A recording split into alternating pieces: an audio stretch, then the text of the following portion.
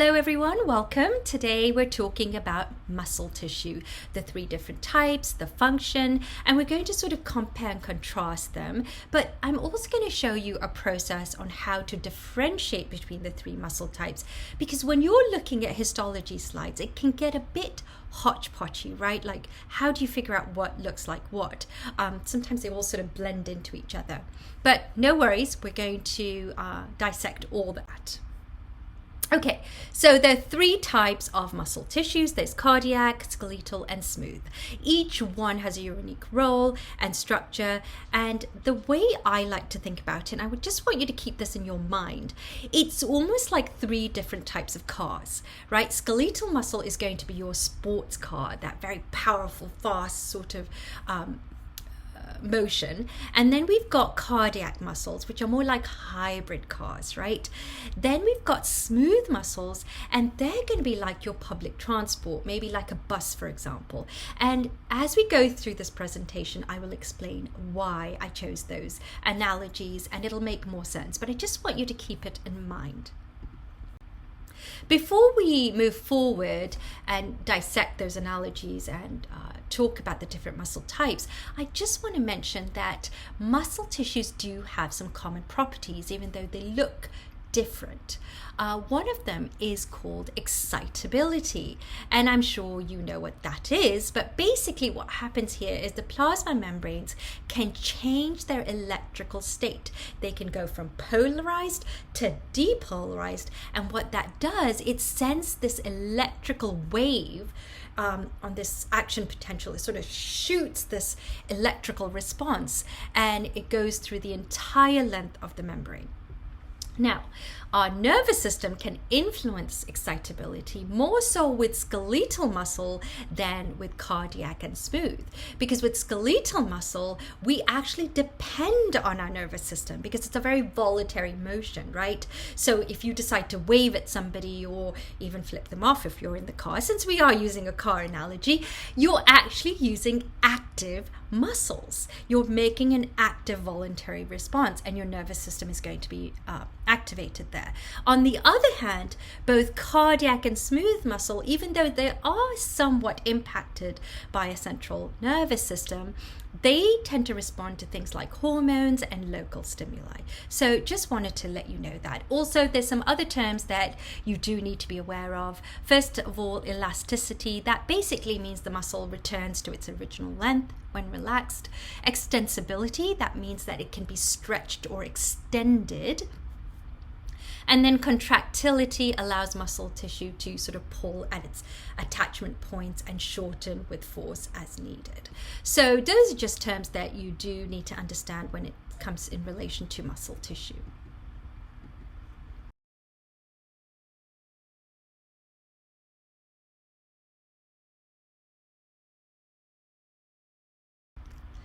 All right, I wanted to show you what muscle tissue looks like, and I decided to use some Play-Doh.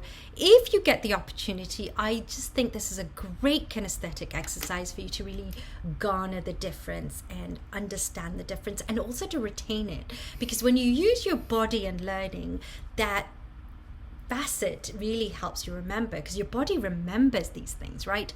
So anyway, here's an example of using Play-Doh to create a muscle tissue type, and you can see that this muscle is somewhat branched and it's got striations, and then it's got these little slits, and we're going to pop, well, you're going to see that in a second, where I'm going to pop a nucleus in that area. And typically you're only going to find one or two nuclei in this type of muscle tissue, and it has these intercalated discs, and this is actually called, you probably guessed it already, but this is the cardiac muscle tissue. So again, more branch fibers, striated, one or two nuclei is what you're looking at.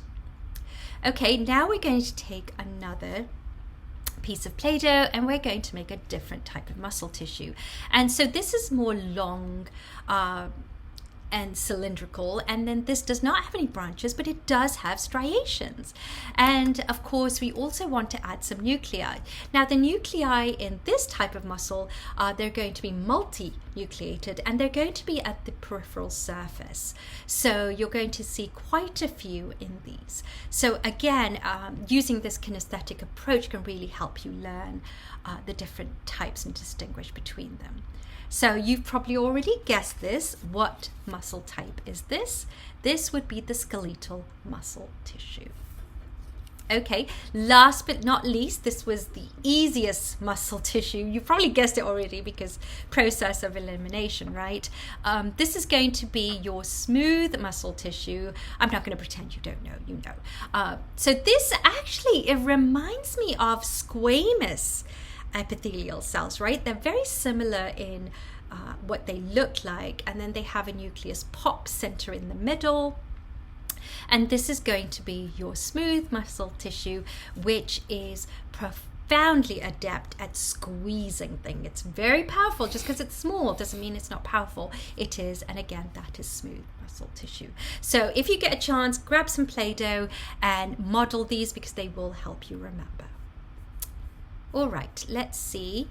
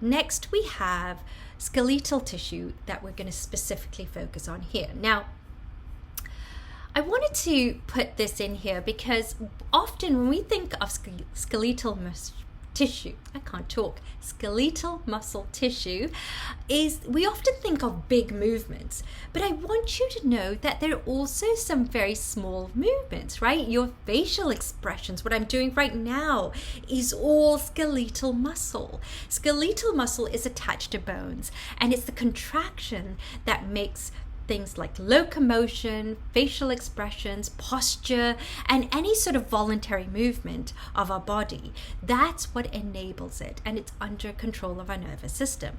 Now, the other thing to remember is 40% of your body mass is made up of skeletal muscle. And one very nice and handy byproduct of skeletal muscle is that it generates heat. in the contraction.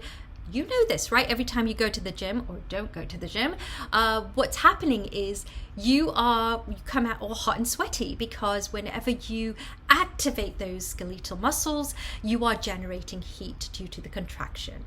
And this participates in homeostasis from a thermal standpoint. Now, I do want to clarify, shivering is an involuntary contraction of the skeletal muscle. So it's not the same thing. It's not a voluntary response. And it is often in response to this perceived lower than normal body temperature. All right, it's time to actually look at each muscle specifically. We're going to start with skeletal muscle, and going back to our analogy of sports cars, skeletal muscles are like very fast, powerful sports cars, right? But the key here is they are under your control. You drive them. You decide how fast you're going to drive them, right? What skeletal muscles do is attach to bones and allow you to move voluntarily, just like when you decide to drive a car. Otherwise it's stationary, it doesn't go anywhere, right? It's when you decide to do it. So that's the example of skeletal muscles and sports cars. Now, they do have these cylindrical fibers that are very striated, like they're stripy a bit, and then they also have nuclei, multinucleated, and they tend to have nuclei in the peripheral surfaces. So I mean, it makes sense that they would have multiple nuclei, right? Because they require a lot of power. So there's a lot that goes into skeletal muscle. Now, the other key component that we've already sort of talked about is this is a muscle that is completely voluntary. Just like you may have a sports car in your garage, but unless you get in there and drive it, it just sits there. It's not really excitable, or it's not turned on. So what we want to do when we think about skeletal muscle is remember that it can be at rest, and you are the one who controls whether it's activated or not. So that is really important. Now, what are these striations? What are these stripies about? Well, basically they're like these perfectly lined up, headlights on a sports car, or maybe they're like, the stripes you see on a sports car, like I've seen it in NASCAR or whatever. Anyway, these striations are caused by arrangements of two types of protein, actin and myosin. Now, actin and myosin are found in muscle tissue, and they tend to be these repeating units. They're in these repeating units called sarcomeres. And the precise structure of these sarcomeres allows muscle to contract quickly and forcefully.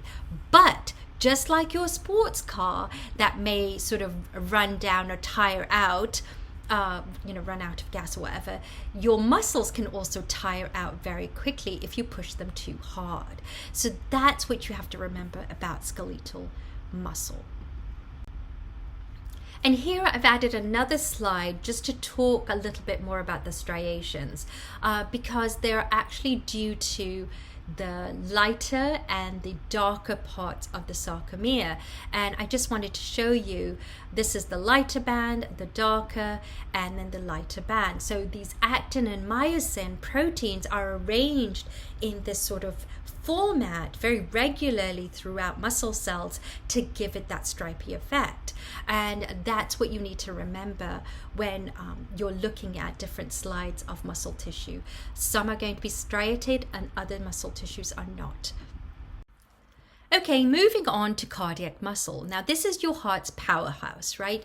These are not quite like sports cars, but they're like hybrid cars. And what happens here is that they're always running, they're super efficient, and they don't need you to think about it. Well, thank goodness, because if we actually had to think about our heart beating, we couldn't think about anything else, right? There'd be no ADHD in this world, because all we'd have to do is focus on our heart to stay alive. So cardiac muscle is striated too, just like skeletal. It has those neat organized stripes due to actin and myosin. But there's a twist. And do you remember when I was making the model using Play-Doh? Well, I made those little slits, and those are actually intercalated discs. which are very important in cardiac muscle because they're somewhat like charging stations for hybrid cars. It's a place where you can connect the cells, and it allows the disc actually allows the heart to sort of communicate and work as a team, like work together in sync. Ensuring that your heart beats rhythmically and reliably, which is awfully important, obviously. So while skeletal muscles are all about speed and cardiac muscles are not going to be all about speed, they're focusing on endurance. They're built to keep going just like a hybrid car on a long journey. And that's why I equate them to hybrid cars. Okay, so now let's look at the muscles and the actual tissue of cardiac muscle. So we know that it forms the contractile walls of the heart, and the cells of the cardiac muscle are actually known as cardiomyocytes. And as you can see, they do look striated under the microscope. However, unlike skeletal muscle fibers, cardiomyocytes are single cells, typically with single centrally located nucleus. They can have more than one nucleus, but they typically are not multinucleated.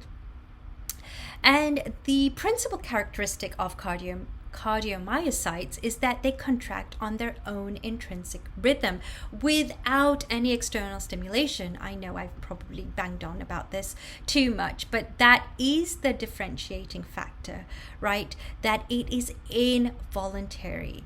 It doesn't require any effort from anywhere else. Cardiomyocytes attach to one another with specialized cell junctions that we've already talked about, intercalated discs, and these discs actually also have an anchoring effect, not just a communication. But basically what happens is these branched cardiac muscle fibers have this mechanical and electrochemical syncytium that, I think that's how you say it, syncytium, that basically allows the cells to contract as one, right? When you think about the heart pumping, it's sort of like this squeeze, that sort of thing. It's all in sync, and that's how it pumps blood throughout the body under involuntary control. Okay, now we're going to talk about the smooth muscle. Now, you've already figured this out. There's no actin or myosin in smooth muscle. It's just sort of arranged in this very regular fashion. And you can see when I formatted the Play-Doh version of this, it's very elongated, and then it just has one nuclei in the middle. So they're fairly uniform, non-striated appearance. However, even though it's less organized appearance, it does not mean that it's less efficient. So let me be clear on that. Smooth muscle walls are found in arteries, and the critical component is that they are the squeezers, right? They're the squeezer muscle. And if they weren't good at squeezing, we wouldn't be able to pump blood in through our arteries and circulatory system. So the smooth muscle is found in the skin, it's found in visceral organs, internal passageways, and it basically is a very efficient way of moving things along. It uses that squeeze, almost peristalsis motion, to move things along. So let's take a peek at the muscle fibers or histology. Oh, well, wait a minute, gotta go back to the analogy. So smooth muscle tissue is going to be like your public bus, for example.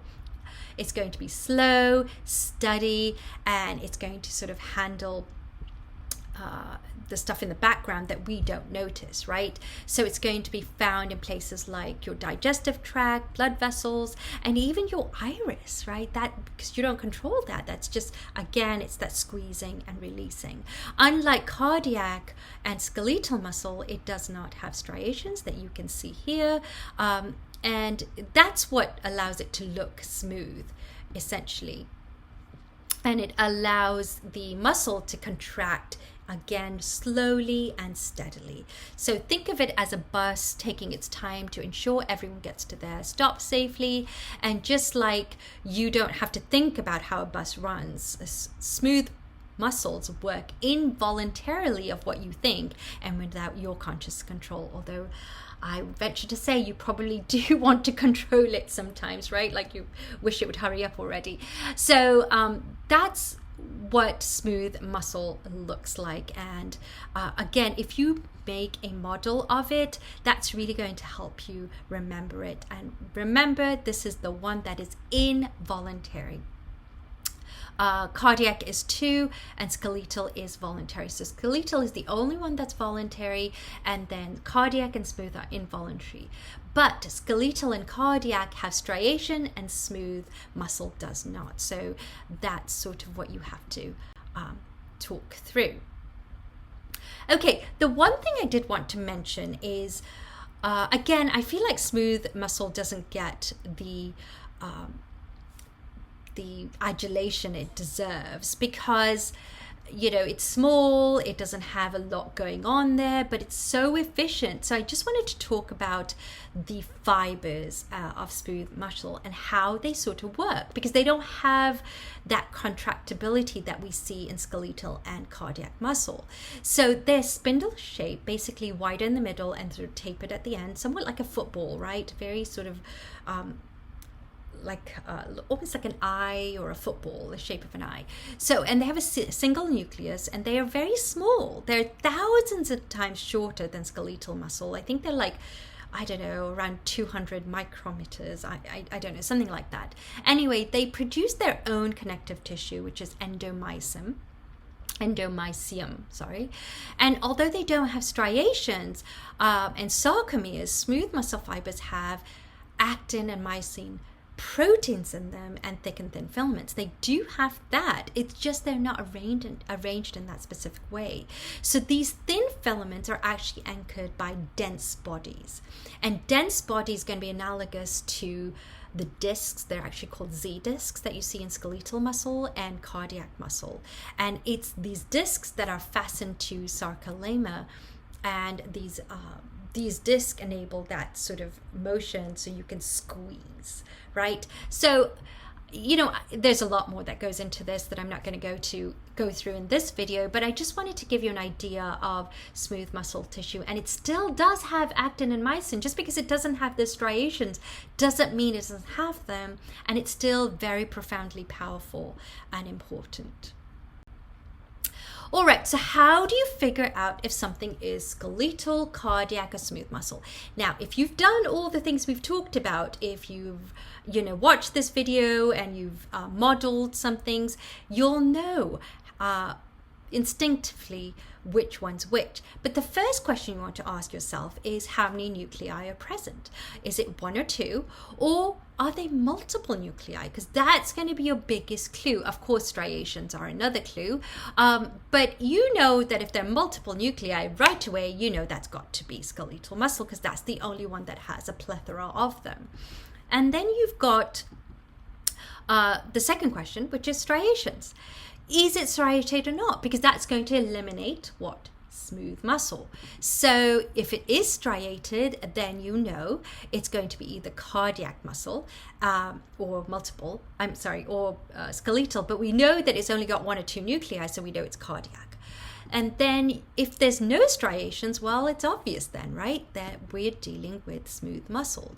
So this is a way you can really figure it out. It sort of breaks it down.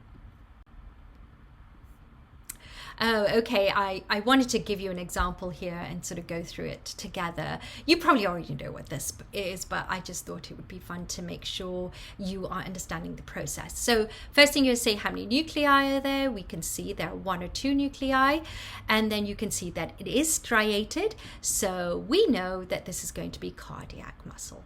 Easy peasy. That's how simple it is once you know the features you're looking at.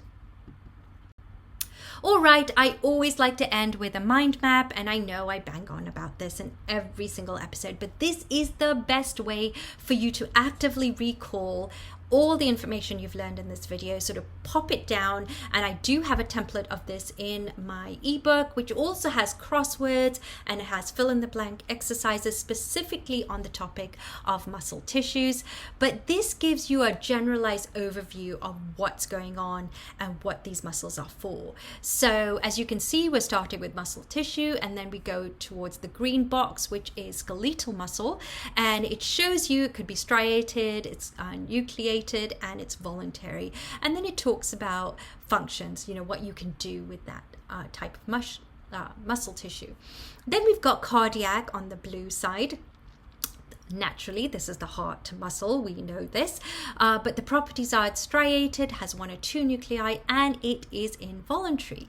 And then of course in the middle we've got smooth muscle tissue, and this is going to be in your organs, right? It's going to have that squeeze effect. That's what it is. And then it has no striations, single nuclei, and it's involuntary. And then it gives you some areas that you might find it. Now, if I was you and the car analogy really sort of resonated with me, I might draw a sports car under skeletal, a hybrid car under cardiac, and then a bus or public transportation under smooth to help you remember. So hopefully this was helpful. I'm going to leave you with Ollie, who has a riddle for you on today's topic, and hopefully I'll see you next time. Bye now.